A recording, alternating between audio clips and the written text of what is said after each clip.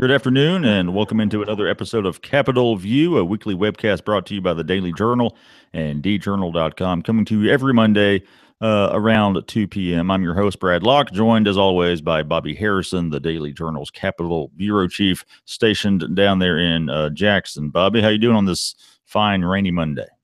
Well, down here it's not raining today yet, Brad. I mean, it's it probably won't be long. Seem like we get rain every day, but it hadn't started yet today. Well, lucky you, Bobby, because it's all it's been doing today in Tupelo is raining. But we got a few things to talk about today. Before we move on, and I forget to mention, I don't know how many people care, but this will be my last Capitol View. The show will. Oh, I care, Brad.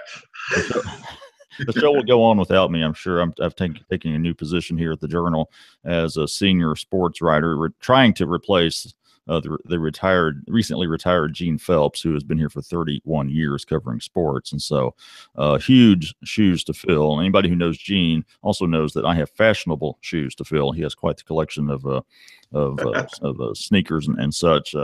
He's well known for that around here. But yeah, this will be it for me, I suppose. So farewell. And now we'll go on and do the show. Bobby, let's talk about Robert Clark. Speaking of somebody who did something for a long time, was in the state legislature, first elected in 1967. That was 50 years ago. First African-American in the modern era to be elected to the state legislature, Bobby. And so he was honored last week, wasn't he? Had a lot of dignitaries and such there. What was that like? Yeah, it was a special ceremony, Brad. You know, as you said, it was marking the anniversary of his 50 years ago that he was elected to the Mississippi House. It was a broke new ground in Mississippi.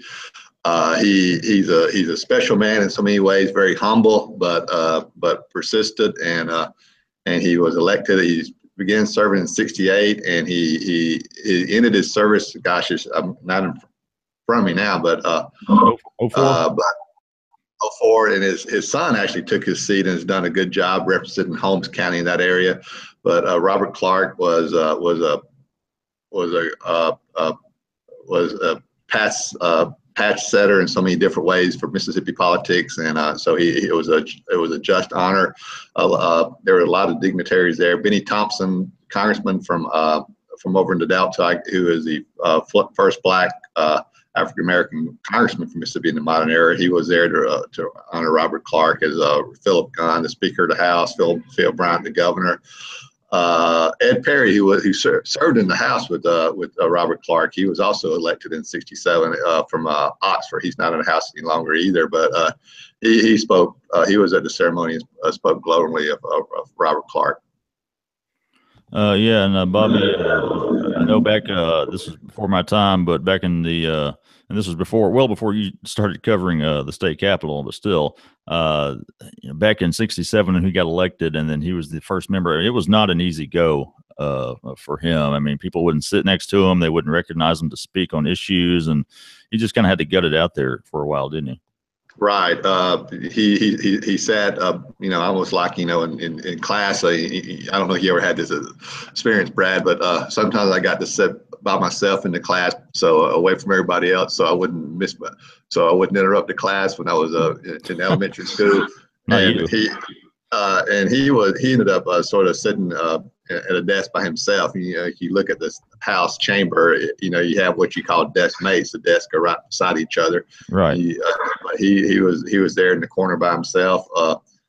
And now there's two desks there, and Brian Clark, his son, still sits in that desk, but another member sits next to him. He was elected, and he came in '68, I think. In '75, four other African Americans were elected, and then in '79, I think about 17 came. And now, interestingly, Brad, we have the most black elected officials in the nation. So that's a positive mark for Mississippi that is in terms of how far we've come. Yeah, that's a bit of trivia I did not know until I read your story. And no, he was elected at a pretty critical time, obviously. And that's in the midst of the civil rights movement. It was 3 years after the Voting Rights Act was passed. And of course, that helped a lot of blacks in the South make it easier for them to vote, Bobby. And so, I mean, like I said, I mean, to be elected at that point in time was a pretty big deal. Yeah, it was. And, one point in my story that, I've covered Robert Clark for a long time. I feel I know him pretty well. But he told me something after the ceremony was over. I was talking to him, and maybe I've known this and forgot it. When you get my age, you forget stuff. But he actually wanted to run for superintendent of education. He was a school teacher by trade.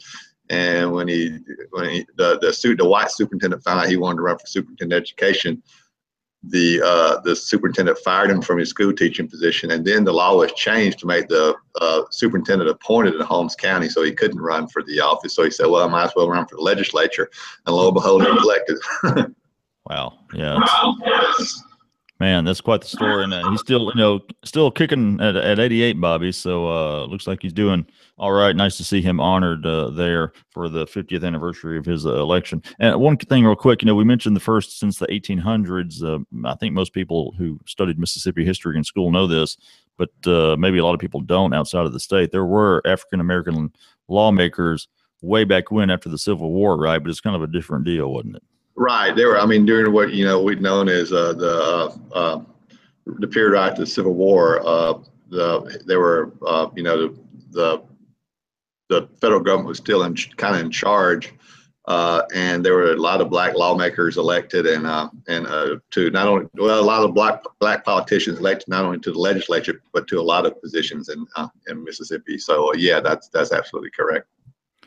All right, so let's move on to a story you had about the state Supreme Court here the other day. Actually ran, I believe, yesterday, Sunday, in the Journal, talking about the kind of unusual amount of turnover on the court, Bobby. And I guess it's kind of like the United States Supreme Court. And those are lifetime appointments, but still, you don't usually see frequent turnover there. You don't usually see it here.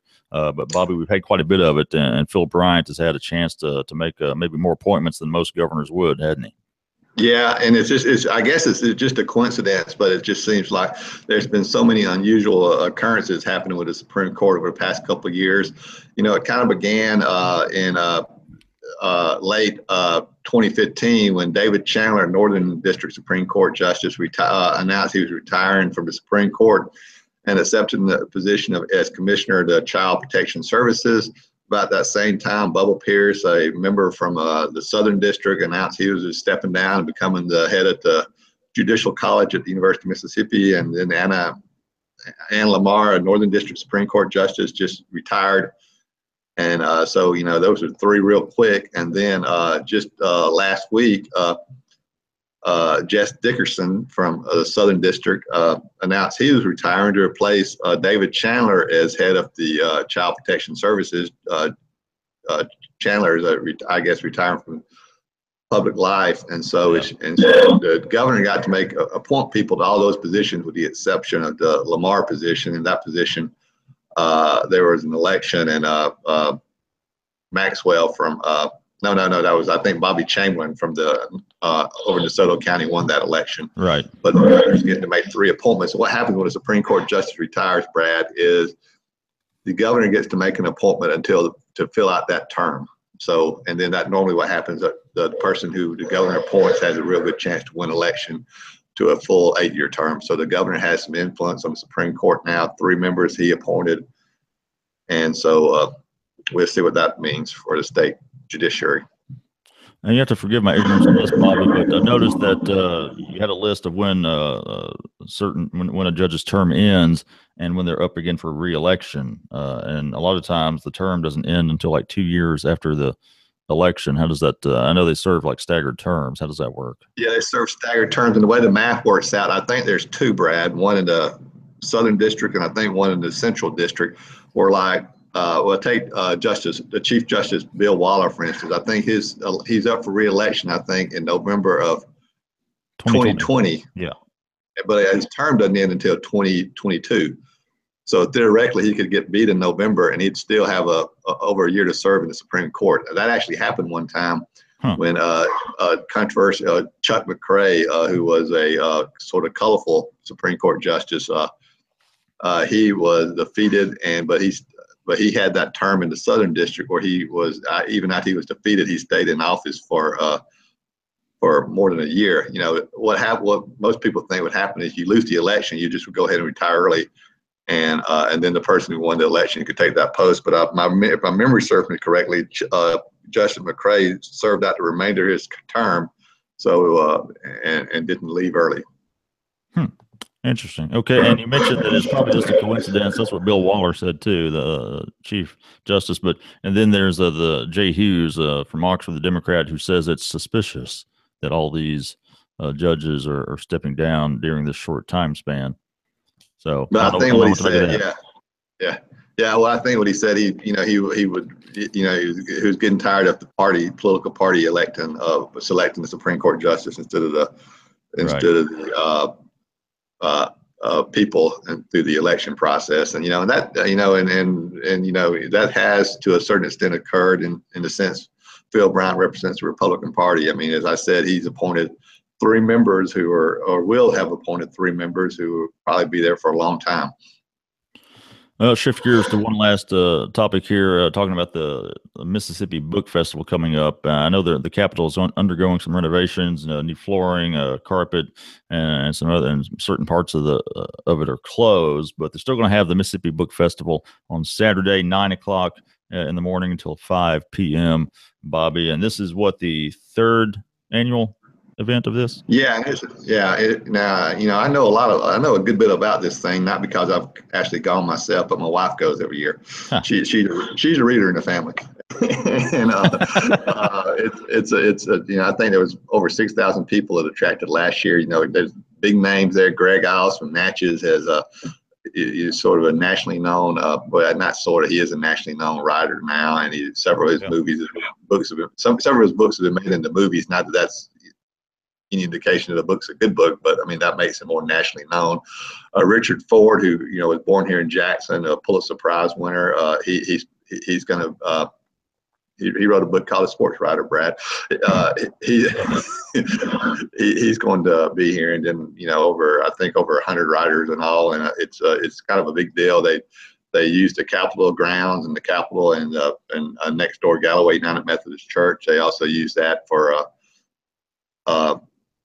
some of the seminars, and some of the seminars would be televised by C-SPAN, so right, to a national audience. So it's a good thing for Mississippi, and anybody, it's free, so anybody wants to come down from Tupelo, it's a good thing to do.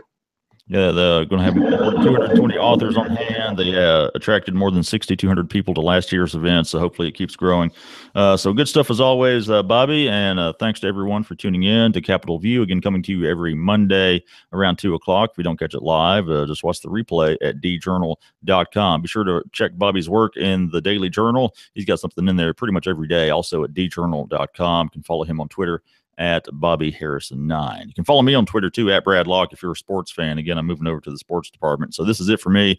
But the Capitol View will return. We'll have Chris Kiefer probably having to fill in for me until we get a full-time replacement. So go easy on him there, Bobby. Okay, Brad. I'll miss you, man. Good luck. Thank you, sir. And we'll see you next time. Thanks. All right.